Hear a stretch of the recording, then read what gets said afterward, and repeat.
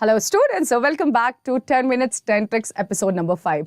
तो आज हम देखने वाले हैं एक छोटे से ट्रिक से to remember the receptors of the drugs. तो ओपियोइड्स है, ओपियोइड्स है, एंड देन बेटा आपके पास होता है कैनाबिनॉइड्स, एंड देन बेटा आपके पास है कोकेन।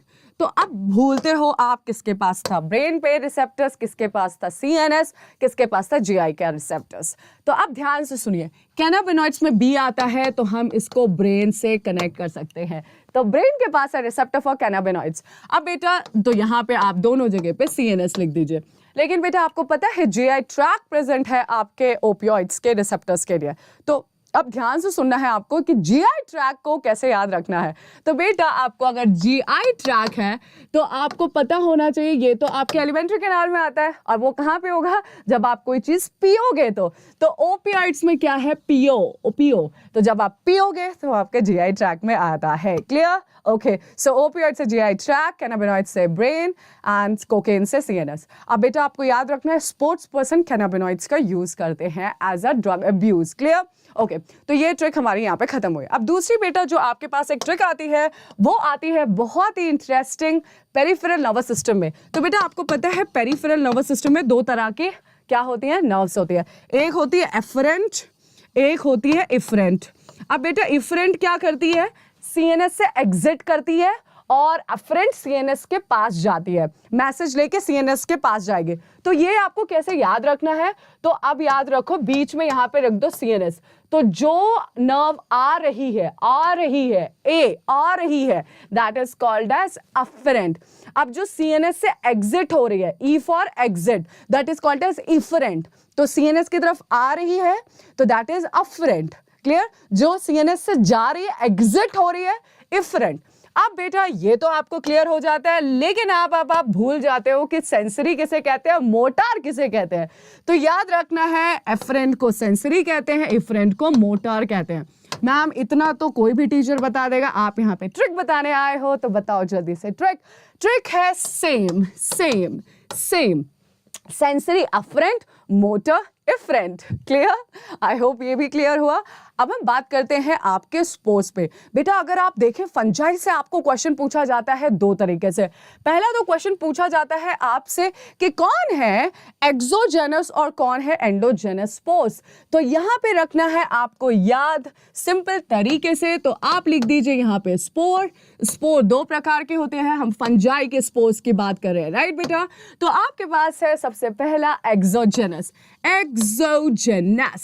और यहाँ पे है endogenous. Clear? Endogenous means inside the sac the spores are produce, exogenous means outside the spore और mycelium it will produce. Okay, अब बेटा अब यहाँ पे आपको याद रखना है एक्स। तो बेटा एक्स कैसे होते हैं, एक्स होते हैं आपके बेचारे, बीसी होते हैं। कैसे होते हैं? बीसी होते हैं, क्योंकि आपने छोड़ दिया तो बेचारे, गाली मत याद करना नहीं तो अनअकैडमी वाले मेरी बैंड बजाएंगे। अब बेटा एंडोजेनस से आपको कुछ याद नहीं करना है, बस एक्स से आपको बीसी याद रखना है। तो बेटा आपके पास क्या है, बसीडियोस्पोर्स एक्सोजिनस होता है और कोनिडिया भी एक्सोजिनस होता है। तो कोनिडिया और बसीडियोस्पोर्स एक्सोजिनस होते हैं। और बात अगर आप एंडोजेनस की कर रहे हैं तो आपके पास आता है ज़ूस्पोर्स। क्लियर?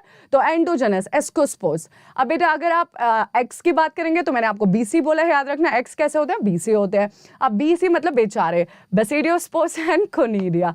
तो ये भी शायद आपका ट्रिक क्लियर हो गया है। अब बेटा हम बात करने वाले हैं अनदर वेरी इंटरेस्टिंग, जो आप हमेशा भूल जाते हैं, कौन सा सेक्सुअल स्पोर था और कौन सा असेक्सुअल स्पोर था। तो इसके आपको याद करने के लिए एक डीसी पांडे सर याद करना पड़ेगा, जो कि फिजिक्स पढ़ाते थे। क्या है? फिजिक्स पढ़ाने वाले डीसी पांडे सर। तो आप क्या कर रहे हो, आप कोई फिजिक्स की, डीसी पांडे सर की फिजिक्स की किताब लेके एसी ऑन करके बस में बैठे हुए हो। क्या करना है आपको लेना है एक बस, यू नहीं डाला है बस, ओके? बस में आपने एसी ऑन कर दिया है और आपने फिजिक्स की किताब रख ली है आपके, किसकी? डीसी पांडे सर की। तो बस AC physics DC Pandey. Okay, अब ध्यान से सुनो, बस से क्या याद रखना है आपको, ये वाला जो है ये है sexual spore, S for sexual spore, और यहां से लेके पूरा कैसा है आपका असेक्सुअल स्पोर है। यहाँ पे बस पूरा सेक्सुअल स्पोर है और ये असेक्सुअल स्पोर रहेगा। अब ध्यान से सुनिए क्या है, अब ध्यान से सुनेंगे, ध्यान से सुनेंगे। B मीन्स होता है बसीडियोस्पोर, बसीडियोस्पोर्स, एंड A फॉर एस्कोस्पोर, ये दोनों कैसे हैं, सेक्सुअल स्पोर हैं। तो बस से याद रखना, बसीडियोस्पोर्स, एस्कोस्पोर्स, ये कैसे हैं, सेक्सुअल स्पोर्स हैं। Yes, they are sexual spores. अब बेटा यहाँ पे AC क्या है, एस्कोमाइसिटिस कोनीरिया, फाइकोमाइसिटिस स्पोरेंजियोस्पोर। दो प्रकार के स्पोरेंजियोस्पोर होती है, motile, non motile. D for deuteromycetes, deuteromycetes में क्या होती है, सिर्फ conidia, asexual spore, that's why they are called as imperfect fungi, right. अब ध्यान से सुनिए, A से क्या है आपका एस्कोमाइसिटिस, एस्कोमाइसिटिस उनमें क्या होता है, कोनीडिया, तो कोनीडिया क्या है, असेक्सुअल स्पोर।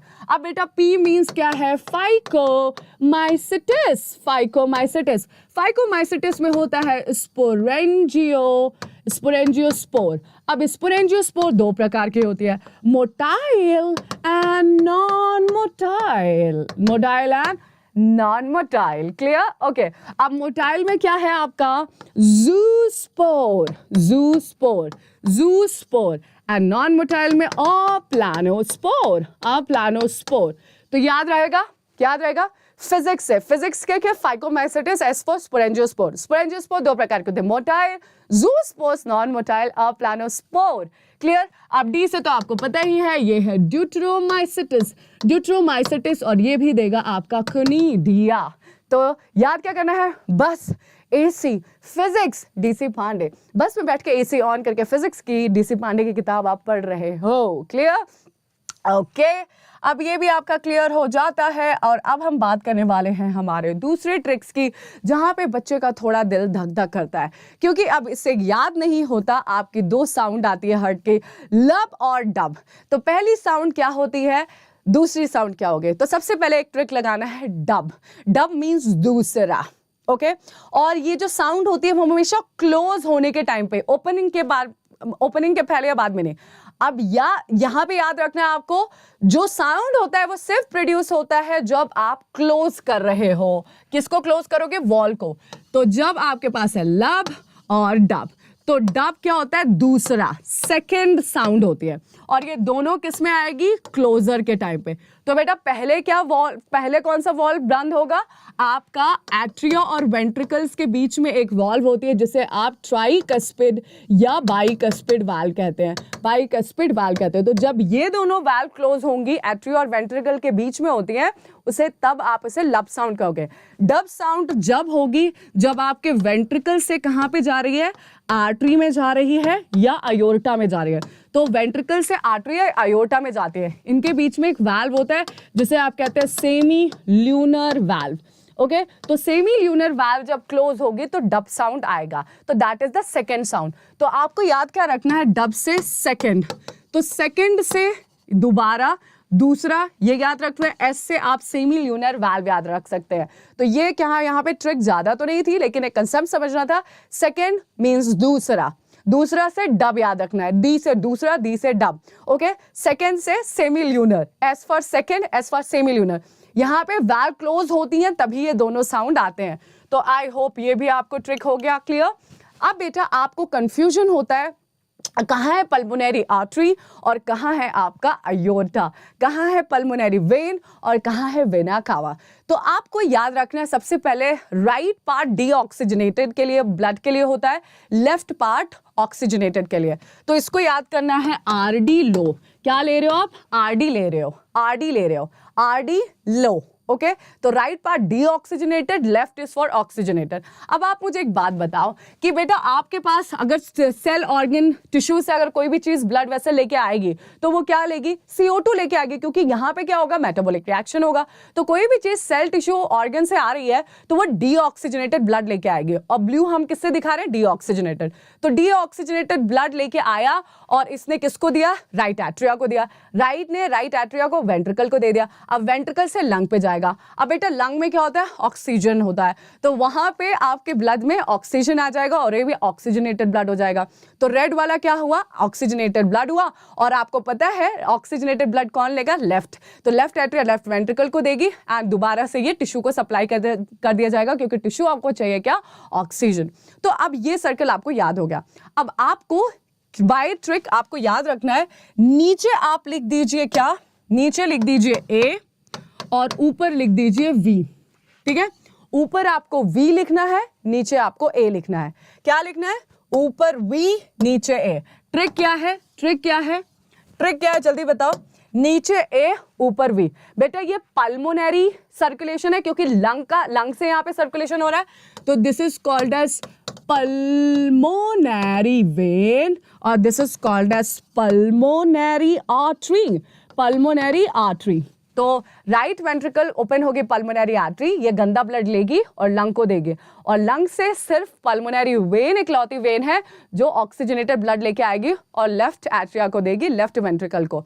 अब देखिए बेटा लेफ्ट वेंट्रिकल से क्या होगा, ऑक्सीजनेटेड ब्लड किसको दिया जाता है, अयोर्टा को। तो यहाँ पे पल्मोनरी आर्टरी, यहाँ पे अयोर्टा। अब अयोर्टा किसको देगी, आपके टिश्यूज, ऑर्गन सिस्टम। फिर यहाँ पे मेटाबॉलिक रिएक्शन होगा, गंदा ब्लड आएगा, और गंदा ब्लड किसको दिया जाएगा, वेना कावा। तो आपको पता है इंफीरियर और सुपीरियर वेना कावा होती है, वो गंदा ब्लड लेके फिर राइट वाले को पार देंगे।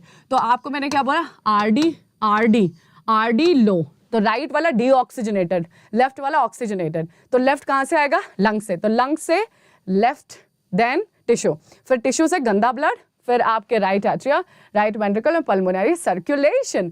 तो ट्रिक क्या है, ऐसे आपको पूरा चार्ट बना लेना है, यहाँ पे ए लिखना है, ऊपर वी लिखना है। तो यहाँ पे पल्मोनरी आर्टरी, पल्मोनरी वेन लिख दो क्योंकि पल्मोनरी की साइड है, और यहाँ पे आपका वेना कावा और अयोर्टा है। क्लियर, आई होप ये भी क्लियर हो गया अब आपका। अब बचता है आपका लैक ओपेरॉन। क्या बचता है, लैक ओपेरॉन। तो आपको बेटा इसको समझने के लिए पिपोजेया, ट्रिक क्या है, पिपोजेया, बट फॉर दैट ऑल्सो आपको थोड़ा सा एक निंजा ट्रिक लगानी पड़ेगी। ओके, तो ध्यान से सुनो। आपको पता होना चाहिए कि एक जीन के पास दो पार्ट होते हैं, जीन के पास दो पार्ट होते हैं। एक होता है बेटा स्ट्रक्चरल पार्ट और एक होता है आपका रेगुलेटरी पार्ट। बेटा रेगुलेटरी पार्ट में क्या होता है, आरएनए पॉलीमरेज आती है, आरएनए पॉलीमरेज रेगुलेटरी पार्ट से लगेगी प्रमोटर रीजन से। अब बेटा रेगुलेटरी में दो पार्ट होते हैं, एक होती है प्रमोटर और एक होती है टर्मिनेटर। अब आरएनए पॉलीमरेज प्रमोटर को लगती हैं और स्ट्रक्चरल जीन को कहती हैं भाई तुम अपना आरएनए बनाओ। अब ये आरएनए प्रोटीन बनाएगा। तो आपको पता होना चाहिए एक जीन के पास दो पार्ट होता है, वो पार्ट जो आरएनए में कन्वर्ट हो जाएगा उसे स्ट्रक्चरल जीन कहेंगे, और वो पार्ट जो हेल्प करेगा स्ट्रक्चरल को कन्वर्ट होने में उसे रेगुलेटरी जीन कहते हैं। अब रेगुलेटरी के पास क्या रहेगा, प्रमोटर, टर्मिनेटर, ऑपरेसर और रिप्रेसर, जो भी आपको समझ में आए। तो बेटा यहाँ पे आपको अब पता करना है ये ओपेरॉन क्या होता है। तो अब आपको पता है ओपेरॉन मतलब क्या होता है, जब एक रेगुलेटरी जीन बहुत सारे स्ट्रक्चरल जीन को कंट्रोल करे, ऐसे को ओपेरॉन कहते हैं, और इसे आप पॉलीसिस्ट्रॉनिक जीन भी कहते हैं। तो बेटा पॉलीसिस्ट्रॉनिक पी और ट्रिक है यहाँ पे प्रोकैरियोट्स। तो जो आपका प्रोकैरियोट्स होता है उसके पास पॉलीसिस्ट्रॉनिक जीन होती है। पॉलीसिस्ट्रॉनिक जीन का मतलब होता है एक रेगुलेटरी जीन और बहुत सारे स्ट्रक्चरल जीन। तो बेटा अब आपको याद रखना है आपका जो लैक ओपेरॉन है वो lac is for lactose, operon means एक स्ट्रक्चरल जीन नहीं, यहाँ पे बहुत सारी स्ट्रक्चरल जीन है जो एक रेगुलेटरी जीन से कंट्रोल हो रही है। यहाँ पे ये पहला स्ट्रक्चरल जीन, दूसरा और ये तीसरा स्ट्रक्चरल जीन। तो ये स्ट्रक्चरल जीन बीटा गैलेक्टोसाइडेज दे रही है, ये परमिएज और ये एसिटाइल ग्रुप डालेगी। तो जब ये तीनों काम करेंगी तब जाके लैक्टोज का मेटाबॉलिज्म हो सकता है। तो अब आपको याद क्या करना है, पिपोजेया, पिपोजेया, पिपोजेया। तो this is called as promoter, okay, this is called as inhibitor and this is called as operator, okay, operator. तो बेटा हमेशा याद रखो कि इनहाबिटर हमेशा ऑन होता है और ये रिप्रेसर प्रोटीन और इनहाबिटर प्रोटीन देता है, और ये प्रोटीन ऑपरेटर के साथ लगेगा तो डेडली कॉम्बिनेशन हो जाएगा, और यहाँ पे अब आरएनए पॉलीमरेज नहीं आएगा और यहाँ पे प्रमोटर से नहीं लग सकता क्योंकि ऑलरेडी ये दोनों मिल चुके हैं, और ये बहुत ही बकवास कॉम्बिनेशन है। आरएनए पॉलीमरेज नहीं आएगा। ये कब होगा, जब लैक्टोज एब्सेंट है।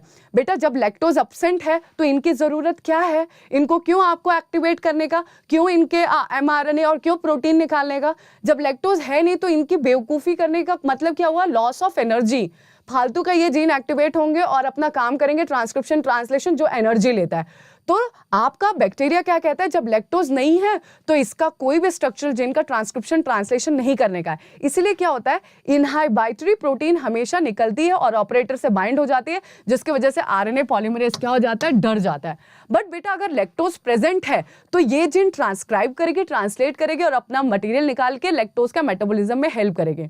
तो इस समय क्या होता है, आपको याद रखना है, जब लैक्टोज प्रेजेंट है तो ये जो इनहाइबिटर प्रोटीन है जिसे आप रिप्रेसर भी कहते हैं, इनहाइबिटर प्रोटीन है जिसे आप रिप्रेसर्स भी कहते हैं, ये आता है और ऑपरेटर के साथ बाइंड करने की कोशिश करता है। लेकिन इस समय आपको क्या होता है कि क्योंकि लैक्टोज प्रेजेंट है तो लैक्टोज इनहाइबिटर के साथ बाइंड हो जाता है और अब यहाँ पे इसका स्ट्रक्चरल जीन चेंज हो जाता है, अब इसका जो स्ट्रक्चर है वो चेंज हो जाता है। तो इनहाइबिटर निकल तो यहाँ पे भी रहा है, लेकिन क्योंकि अब वो लैक्टोज के साथ मिल गया है, बाइंड हो गया है, अब जब ये ऑपरेटर के पास जाता है तो ऑपरेटर कहता है भाई तू अब इकलौता नहीं है, अब तेरे साथ कोई लगा है तो मैं तुझे तो पहचान नहीं सकता। तो अब इन दोनों की बाइंडिंग नहीं होती है और यहाँ पे आरएनए पॉलीमरेज क्या हो जाता है, खुश हो जाता है, क्योंकि ये डेडली कॉम्बिनेशन अब यहाँ नहीं है। आरएनए पॉलीमरेज अब प्रमोटर पे लगता है और इनका ट्रांसक्रिप्शन देन ट्रांसलेशन होता है और तब लैक्टोज का मेटाबॉलिज्म हो सकता है। तो जब लैक्टोज एब्सेंट है तो पिपोजेआ क्या करेगी, सिर्फ और सिर्फ इनहाइबिटरी प्रोटीन निकालेगी, ऑपरेटर से लगेगी और आरएनए पॉलीमरेज अब नहीं आएगा। जब लैक्टोज प्रेजेंट है तो इनका ट्रांसक्रिप्शन ट्रांसलेशन होना जरूरी है, तो हमें क्या करना पड़ेगा, इनहाइबिटर को स्टॉप करना पड़ेगा और ऑपरेटर के साथ या ऑपरेटर के साथ लगने से। तो ये तभी पॉसिबल हो जाएगा जब लैक्टोज इनहाइबिटर के साथ लग के इसका स्ट्रक्चरल चेंज करेगा। जब स्ट्रक्चर चेंज हो जाएगा तो ऑपरेटर के पास नहीं जाएगा और तब आपका क्या होगा, RNA polymerase is now free for transcription and translation. So I hope you understand the trick because they are, okay? And that's all for today's. I hope you will stay tuned for more. Take care. Bye.